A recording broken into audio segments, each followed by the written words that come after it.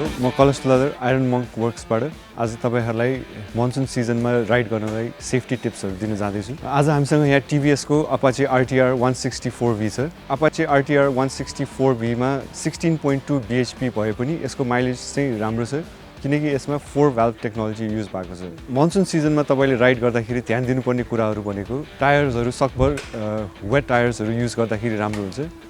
Weight टायर्सहरुमा तपाईको ट्रेडमा प्याटर्नहरु ठुलठुलो हुन्छ र यसले चाहिँ पानीलाई डिस्प्लेस गर्नलाई धेरै हेल्प गर्छ। त्यसपछि तपाईको ब्रेकिङ सिस्टम र सस्पेन्सन सिस्टम पर्फेक्ट वर्किङ कन्डिसनमा हुनुपर्छ so that you can apply the brakes without any problems. तपाईले मनसुन सिजनमा चलाउँदाखेरि तपाईको हेडलाइट्सहरु टेल लाइट्सहरु प्रपर वर्किङ कन्डिसनमा हुनु पर्यो। त्यसपछि बिस्तारै चलाउनु पर्यो।